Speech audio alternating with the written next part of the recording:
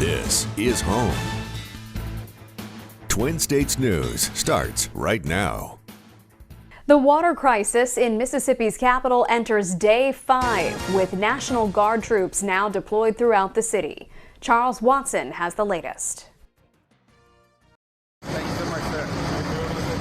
More resources are being mobilized to help thousands here in Jackson who remain without water. Hundreds of National Guard service members now deployed in and around the city, setting up what they call point of distribution sites, allowing folks to sanitize, hydrate, and fill up large containers to take home. I am bringing soldiers and airmen from all over the state to help with this. We've got, as the governor said, 600 men and women who will be on the pod sites helping distribute water. The problem started earlier this week when flooding from the Pearl River caused one of the city's 2 water treatment plants to shut down. There it is. It's impacting more than 150,000 residents, many of whom were already under a boil water advisory before the flooding. Now they say they're losing faith in the city's ability to provide basic services. It is quite unnerving. It's like playing Russian roulette, that you don't know if you're going to wake up with water, you don't know if you got water, you don't know what condition the water is in. At the plant itself, officials say they made progress overnight, refilling tanks, treating water, and increasing pressure for nearby residents. But there's still a lot of work to do, and the White House says it will free up federal resources to help speed up the recovery process. We've offered every single thing available. In Mississippi, the governor has to act. There's money to deal with this problem. FEMA Administrator Deanne Criswell also visiting Jackson on Friday to make sure local officials have everything they need from the feds. In Jackson, Mississippi, Charles Watson, Fox News.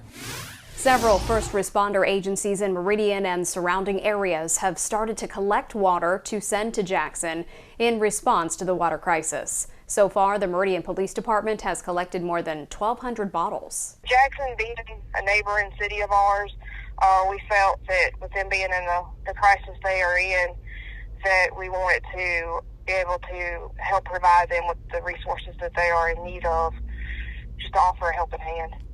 Meridian Central Fire Department, Lauderdale, Kemper, and Clark County Sheriff's Departments are also collecting water. All donations will be sent to Jackson on Friday, September 9th. Meridian's community golf course reopened today with all 18 holes after only having 9 due to ground issues. Twin States News' Jasmine Stevenson was at the course as players returned.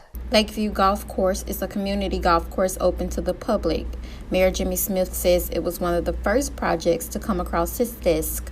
We are working very hard in trying to promote and take care of this golf course. And I think our staff has done a fantastic job. We're looking at possibly renovating the clubhouse and some other things.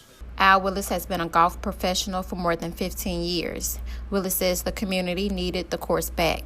I think it is an improvement. It is something that we need to do. And from now on, I got an understanding from the park director that things are going to be better and we're going to be able to do the things that we can do for the community and our children. I look forward to that. For some, having Lakeview back means a lot. Well, we have to go off several miles to play. We live up in the edge of Kemper County, and it's just closer.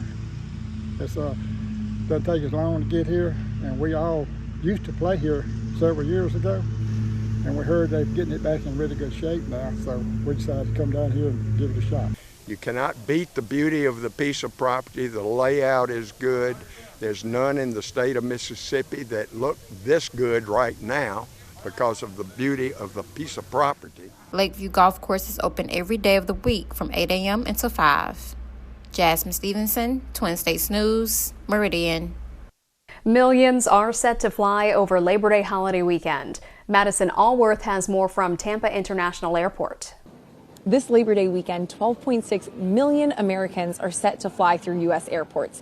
It's the unofficial end of summer, and those travelers are also hoping that it's the end of a season of excessive delays and cancellations. Some airlines have stepped up to address the problem after immense pressure from the Department of Transportation. American Airlines, United, Southwest, and others have told U.S. transportation officials they will now provide meals for customers delayed by 3 hours and hotel rooms for stranded passengers if the issue was under the airline's control. And unfortunately, travelers should still expect delays this weekend. About 1 in 5 flights are being delayed on departure. In previous years, it was a little bit less, about 1 in 7 flights. So about a 16% increase in the delay rate. Now, that is down from more like a 50% increase we were seeing earlier this summer. Everyone is hoping the end of summer is better than the beginning of the summer. The Department of Transportation releasing a report that shows there was a nearly 35% increase in air travel service complaints from May to June.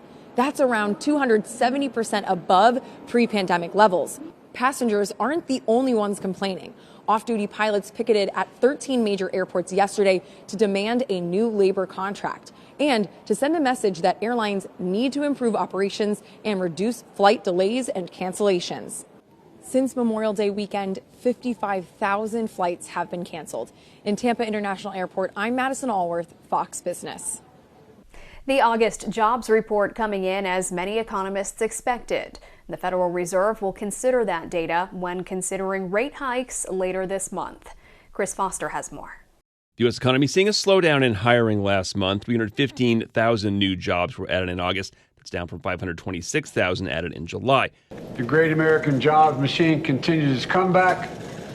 American workers are back to work, earning more, manufacturing more, building an economy from the bottom up and the middle out. The unemployment rate jumped to 3.7%. It went up for a good reason. We saw 786,000 people enter back into the labor force. That's one of the biggest numbers we've seen in years. Economic experts blame the slowdown on recent interest rate hikes and high costs. There were job gains in several areas, including healthcare and retail trade. Wages at a 5.2% annual rate, still not keeping up with the pace of inflation. There's been continued signs of weakening, with major companies such as Peloton, Remax, and Bed Bath & Beyond announcing layoffs. You still have that gap between inflation and wages. That workers have lost about 3% in terms of their real wages, and that's a real pinch for families. Friday's report will play a major factor later this month when the Federal Reserve decides whether or not to hike interest rates again.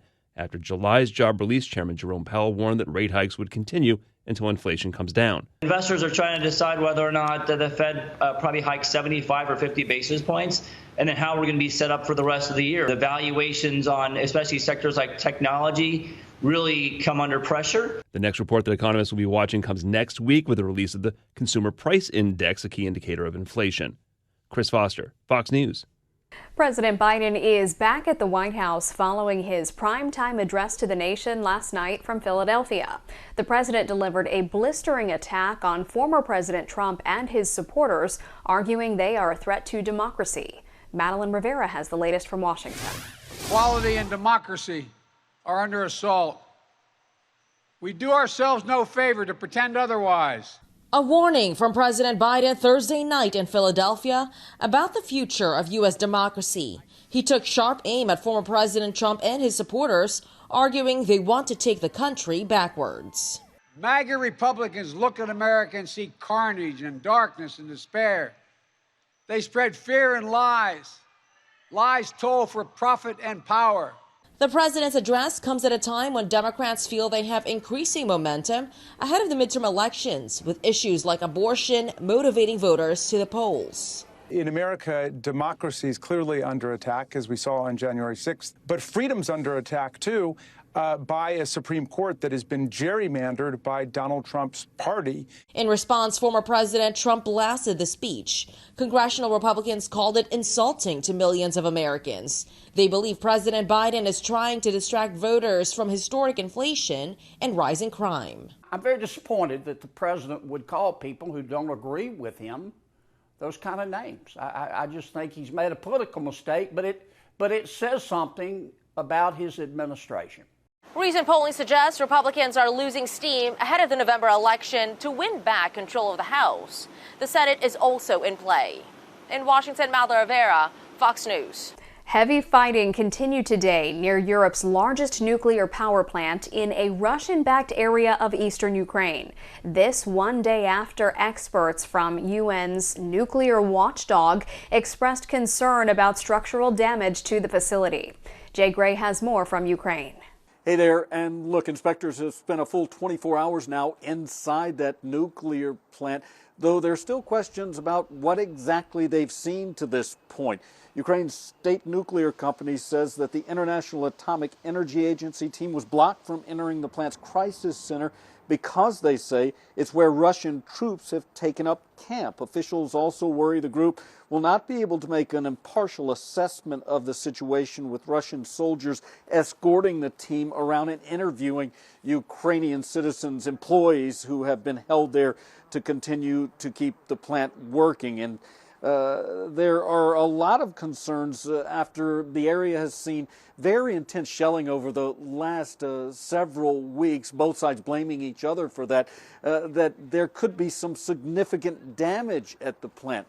Here's what's happening right now. The team will remain in place at least through Saturday.